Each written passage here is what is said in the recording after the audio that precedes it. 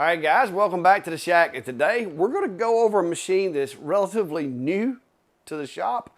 I've had this machine for about a week. Some of you may have seen it around the internet. It's the new Atomstack Hurricane. And for those of you that aren't familiar, it's a 55-watt CO2 machine, and it's been created by Atomstack. And as you know, I have a pretty good history with Atomstack.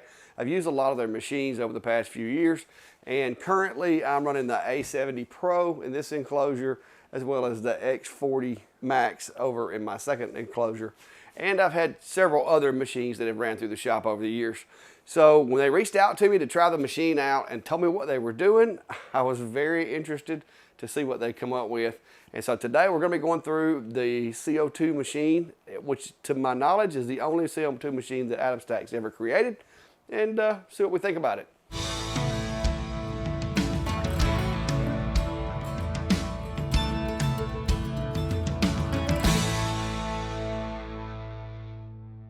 All right, so before some of you may ask that maybe you're not familiar with what a CO2 laser is, the first thing is the way that the beam is created, so to speak, and how it's routed. With the diode machines, of course, there's little diodes that emit light inside the module. It is shot through a series of mirrors and lenses, and it comes out onto the material. It's that simple. It's usually that all happens in the little module that slides back and forth on the gantry. Whereas with a CO2 machine, it's a little different. With a CO2 machine, the beam is actually created in a glass tube that's located typically around in the back of the machine. This beam is then directed through a series of mirrors all the way out until it's directed down onto the material. So two different mechanics involved in how the beam is created and transported to the material. And secondly, the frequency in which the laser operates is going to be different between the two. Now, with those differences also comes the differences in materials, where diode machines have a really difficult time with anything that can allow light to be transmitted through it, such as white acrylic and stuff like that. CO2s don't have that problem. Due to the frequency of the light and the way that the beam interacts with the material, CO2s are going to be the go-to for such things as acrylics, clear glass, engraving and etching, stuff like that. The fact that visible light can pass through that item is not going to affect the way the light coming from the CO2 laser affects it, because it's totally different spectrum. Whereas the blue is in the visible light spectrum, and if visible light can pass through it, so can a blue laser.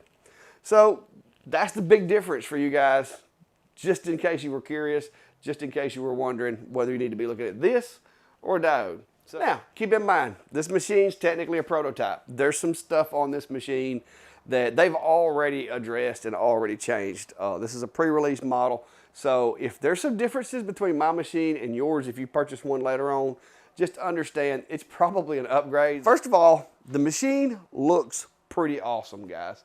The power switches and everything are located on the right side over here. You've got this little flip switch, you've got the e-stop, and then you've got the key. I will tell you that to completely turn the machine off, it is best to turn off the key and the little flip switch. The e-stop, the emergency stop button, of course, when you press it in, it kills it completely. So you could just use that instead of the other two means if you wanted to. But either way, it does have on the top, this appears to be acrylic rather than glass, which is going to be a little more susceptible to scratches and stuff, but as long as you take care of it and don't scratch it up too bad, shouldn't be an issue. When you open the machine, and it is a little loud for you guys that don't like noise, but once it boots and everything gets to going, there you go, it quietens down. Also with this machine, guys, the really cool thing that I like about it, and I've ran Atomstack machines on diode machines for a couple of years now. They do light burn, and they do light burn well. The setup in light burn is relatively easy, and the cool thing about this machine versus some of the other ones, the larger CO2s, is you can run this using the same license in light burn as the machines that you're used to from Atomstack. So they all ran on GRBL controller setups through light burn, and so does this guy. So no special software required if you already have a light burn license for GRBL. I thought that was pretty cool. You will notice that the work area of this machine It's a slight bit smaller than some of the other machines on the market. So if you look at the desktop CO2 machines, typically speaking, you're going to be running a 20 by 12 work area, which is what I've cut here, is 20 by 12. And with that size work area, it's going to be limiting on what kind of materials you can use.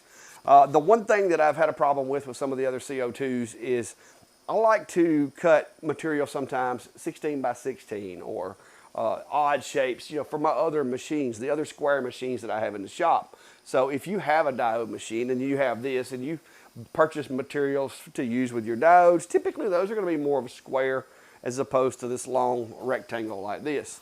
If you're doing acrylics, typically a 12 by 20 work area for acrylics is going to be plenty. But with some machines, this is pretty much what you can fit in there because of the way the machine's built, and there's just not a lot of extra room. But with this machine, the one thing that I did notice that Atomstack has done is, even though the work area is slightly smaller than some of the larger machines, because of the way they've kind of used the space inside of the machine, you can put much larger objects and I'll put a couple of pictures up here to kind of illustrate to you what I'm speaking of. But you can put much larger objects inside the machine to engrave, even though your work area is going to be limited to this as far as the actual engraving area. You've got a lot more room for items. I was able to put like a 16 by 16 sheet of basswood in here, whereas some of the other machines that I've used, the work area, even though the work area is larger, that 16 by 16 wouldn't fit in there because there's just not anywhere for it to get out of the way so that you could use that to cut from. So even though the work area is a little smaller, so far it hasn't hindered me because it does actually have a little more room to put projects and put materials in there, and it's kept me from having to break down materials smaller than what I have it already. Currently, I'm running the Honeycomb that they sent me with the machine, and as you can see, it's a decent sized honeycomb. The honeycomb is significantly larger than the work area. The one thing that you will have to do is, if you plan to remove the honeycomb for whatever reason, you need to either in Lightburn raise the focus foot and the module up a little bit, or just do it by hand, and then you can get the honeycomb out relatively easy. And as you can see, this is not one of those videos, guys, where I just took it out the box and knock it out a video. I've been using it. I've been playing with it for not quite a week yet, but several days, running it every afternoon, doing some testing, trying to determine for you guys what I thought about it. And so far, I'm digging the machine. So you may notice that it's quite messy in here. And I'm gonna be honest with you, I left that in there because it was kind of cool. I'm thinking about getting me a jar and starting me like a crumb tray confetti collection. But this is the crumb tray with this machine. And I actually do like this feature. It's a really big crumb tray, as you can notice. It's not a 12 by 24 or 12 by 20 crumb tray. This thing is massive, it's huge. It's got plenty of room to hold everything. So that's pretty neat. One thing that I did want to point out with the machine too is that they have a riser base, which I don't have currently, that will also allow you, just like with many of the other machines, to do taller items. It also will have the ability to use larger material by way of a pass-through technically underneath the machine. So that's pretty cool if you're into that type of thing. Me personally, I think this is about all the work area I need from this machine to do what it's going to be doing. Drag chains everywhere, limit switches, nothing overly fancy, nothing too excessive, but I will tell you that I've taken the panels off of the machine and looked at how it was built, how it was put together, but everything in there looks really good, professionally put together. It's not thrown together like some of the machines I have seen. So with the chrome tray, and I'm going to leave this in here because I'm seriously trying to figure out what I'm going to do with all this junk, but I'm just going to leave it in there. I'm going to let it clutter up. So with the chrome tray, you do have to line it up with these little slips right here in the front and just slide it in. It also has an indicator switch that I have learned in the back. Once you put this tray in there, it's more or less a limit switch that lets the machine know that you have put the tray back in or taken it out. So I think that's pretty cool because in the event that, let's say you decide to clean your crumb tray out and you take it out and clean it out. Well, then you come back and you forget that you've taken it out. Well, that switch will prevent you from accidentally running the laser, because with the honeycomb in there, you could run the laser and not know it and be cutting or engraving the surface below the machine. So that's probably a good thing that they put that in there. Nice little safety feature. But to go back with the honeycomb, you just simply push the module to the rear there, and just take this guy. It sits in this little track right here. So let's move around the machine and take a little tour. All right, guys. So as you can see, the machine does contain its own radiator and chiller, so there's no external chiller. And I can tell you from someone who has had a machine that has an external chiller, with these desktop machines, this is a lot more convenient. You don't have hoses to worry about. You don't have to worry about bugs and dust and stuff getting into your coolant, so that's a good thing. I do know that they have modified this design here ever so slightly in the more recent machines. So if you get yours, it's going to look a little different than this, because this one's very hard to see the little gauge through here, and also it's just kind of hard to get to the top of the reservoir. I had to kind of raise mine up and get in there with the funnel at an angle, so it's a little more complicated, but I do know that they're making changes to that before they release the actual production machines. So, you know, yours will probably look a little different than that. Here's the power cable, the switch, and all. We went over that. This little makeshift stickery thing here, I have been told that that's just temporary, that once we get through the prototypes, the more permanent fixture will be made. But I will tell you that on here you have the water temperature level indicator, laser indicator, flame detection. This autofocus button is pretty handy. So anytime you got material underneath the module, you can hit that button and it'll autofocus. This button says on and off on the one that I have, but so far it doesn't do anything for on and off. But what I have found is that when you open the door while the machine's operating, the machine will pause the job, it'll just stop. But when you close the door, it doesn't automatically start back. But if you tap this on and off button, it's kind of a resume button for the machine, and it'll get back to the job that it was doing when you open the door. And I've opened the door on this thing time after time after time, trying to make sure that it works properly, guys. And so far, it has stopped the machine every time that I've raised the door without any issues. So that was good, because I know a lot of you guys, especially if you have kids or whatever, that's a concern. Somebody could walk up and open it up. And with the way this one is set up, so far I haven't seen any light getting out of it. Haven't had any issues with it so far, and like I said, the safety switch seems to work flawlessly. Around here at the back, guys, you'll see it's got a few access plates. It's got these two big fans, and you've got access to the radiator right here for the chiller that's built in here. So that's a lot of airflow through here, but that's going to be one thing too with the CO2 machine, that you're going to have to maintain these as well to make sure that the dust and debris doesn't get pulled up in here and stop that up. But that's with any CO2 machine or any diode for that matter. You just typically, the items you have to worry about are on the module and not in the back of the machine. It wouldn't have hurt my feelings to see a little bit of a filter housing or something here maybe. But that's easy enough to add. But maybe just a little slide-in filter, kind of like for air conditioners, that you can take out and clean to make that a little easier, because it does look as if some materials got in there, it'd be a little tough to get out. But all in all, decent design. This is where the tube is housed. It starts here and works its way all the way across. The controller is just inside this corner over here behind this panel. And then of course you got the fan right here. It does have a decent fan to get the air out of the machine. It does a great job. But if you're going to be running it a long ways, take my advice. Go ahead and hook you up at least a 4-inch fan to assist on the other end of the hose, because I'm running mine through about a 20-foot hose, and it needs the assist on the other end with this smaller fan that's in here. But the fan does a good job as long as you're not going to be exceeding the distance of this hose that comes with the machine. All right, guys, so for the past several days, I have been throwing every material that I have at this machine and just running through the paces, trying to get an idea of what it's good for. And so I'm going to go over some of the materials that this machine has done so far, and give you an idea of what I think you should expect from it. So with this machine, it is a 55 watt CO2. So thicker materials aren't going to be it's not going to be a challenge for it. It's not going to be a problem. But I've tested all the way from 3mm material up to some of the thicker 4.5, 4.9mm stuff that I've got, all the way into some of the pre-finished 4.7mm birch that I have, which is probably the hardest to cut wood in my shop here currently. So that's pretty good cut if it can get that done.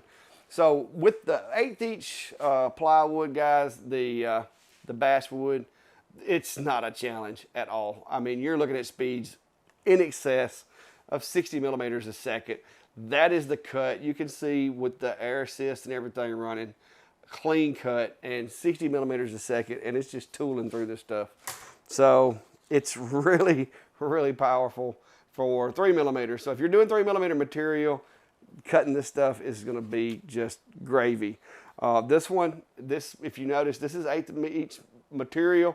It only made it to 50mm a second, but this is some of that material that has the little plastic or the coating on the back of it, and it makes it a little bit harder to cut. So cutting 3mm material, 50mm a second and under, shouldn't be a problem at that, because even at 50mm on this one, you got to look, that's at 80% power to get the failed cut. All right, so moving up to the thicker material that I have, we're going to show you what that stuff is doing. This is probably the hardest material in my shop to cut. This is some pre-finished birch plywood that I get. It's 1/4 inch is what it's sold as, but it's probably around 4.7mm thick. And you can see we're still getting speeds up to 16mm a second at 100% power with clean cuts. And if it wasn't for this material, I mean, I'm getting decent penetration, but a lot of little snags on up. So you're looking at 15mm a second would be a usable speed, but 13 to 14 would probably be a no worries speed for this stuff, even though, you know, if you run across one of those glue pockets or whatever. So engraving, guys, they advertise it engraves up to 600mm a second, and yes, it will. You can, with the proper settings, you can get some nice contrasting colors all the way up to 600mm a second. Now, keep in mind, depending on the material, if you run air assist, you may get a little bit of smoking and a little stain, but this thing all the way up 400, 600mm a second, getting good color. This coated material here that I use, all the way up to 300mm a second. So with wood, guys, the speed is insane. I've did a few little test pieces and stuff with it. Did some bottle openers the other night. Matter of fact, I'll try to throw you a little video of it. But I created myself a jig, put some bottle openers in here and knocked out a job on it just to see how fast it was. And it did a really good job. I got nice burns, consistent. The jig worked great, and got the job knocked out and tested the machine all at the same time. So I wanted to play around a little bit with images, but I didn't have any real great material to use. So I found some basswood that I had that was extra, and I was like, you know what, we'll try that. Give me a decent, you know, indicator as what it can do. So at 350mm a second, this is one of my pictures that I shared the other day from my game camera up on top of the hill. Just some deer up there eating some corn. And you can see I got pretty good detail. Now, this is not the best plywood to use because it does have some pretty heavy grain in there and some imperfections in the plywood that are kind of showing through the photo. So it kind of messed up the photo, but if you pay attention to the small parts of the photo, you can see that the machine itself is doing a really good job until you start seeing those lines from the material. So that was at 350mm a second. Now I did hit it slightly with the sander afterwards because you're gonna have a lot of yellowing, and in order to get the proper contrast back, you're gonna need to hit it with a little bit of, you know, 300 or so grit sandpaper slightly, just to bring that contrast back. And here's another picture, same type of material. And the lines in the material, you can see they're a lot heavier on this piece. And so it kind of distorted my image some. But all in all, it done a really good job. I didn't do a whole lot of craziness with the image. Didn't set the LPI all that high.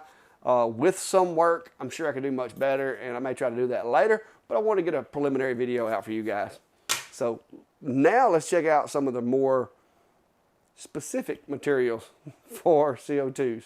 All right, so the biggest reason I keep CO2s around, guys, is you can only cut certain materials with a CO2 laser. And one of those most common materials that are most used is acrylic. And so I used a little black and some white acrylic during my testing to make myself this cool little new Atomstack Hurricane logo on some acrylic. So I just thought I'd show you that. That's pretty cool. Now, got a little sloppy with the glue, guys. I used thin. I should have not used thin. It got a little sloppy. But from over here, you couldn't tell. So there. So this is some Mylar sheet. This is 10 mil semi-translucent Mylar, and it works pretty well if you're trying to do just want to do like little spray paint or sponge paint templates. It's really easy to cut. It's quick, and you can do some pretty precise details with it.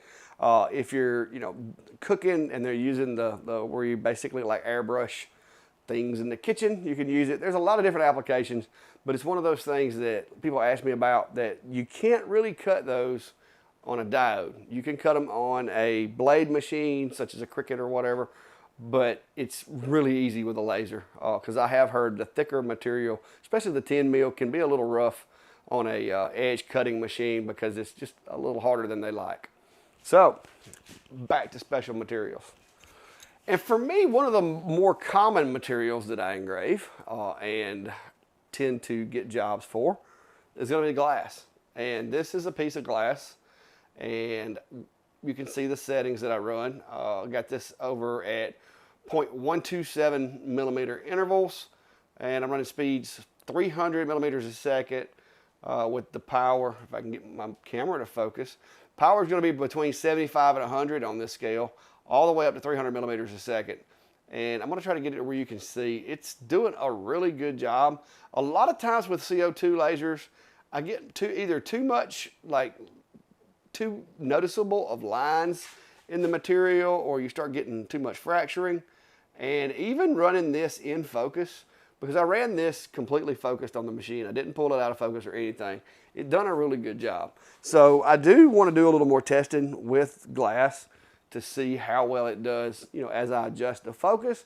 But again, guys, this was going to be a quick review video and just give you a preliminary look at it. So you'll have to wait for that video. So if you hadn't, hit the button so you can get notified when it comes out. But for all you guys that have asked about acrylic for the past couple of years, yes, this machine is an acrylic just destroyer of acrylics. Like, it will engrave, cut, do whatever you need to do with pretty much any color acrylic under the sun. Now, engraving acrylic, some colors such as the black are going to do better because it changes the color of it. But as you can see, pretty much every piece, every color of acrylic that we did here, guys, I'm getting like 24 millimeters a second is probably the going rate for cut speeds. The green, we're getting around 24 millimeters a second. And with green, you can actually engrave it and make it into, pretty cool stuff. White, when you engrave white, it really doesn't do much for you. Yellow, you can engrave yellow and get a little bit of a result, but you'd have to play with the settings to do better. Red, same thing. So with this machine, guys, the world of acrylics is your playground. That's one thing that I will say about this machine. The acrylic cutting ability of it, how fast it cuts the acrylic, is pretty awesome. Didn't have any snags, hadn't had any problems, and this is not the most expensive acrylic that I'm using. So, as you get into better and better materials, you probably would have even better results. But all of these test grids were cut with the machine also, cut from an 8x12 sheet of material. And you can see the edges of the material. Looks good, nice single pass drop.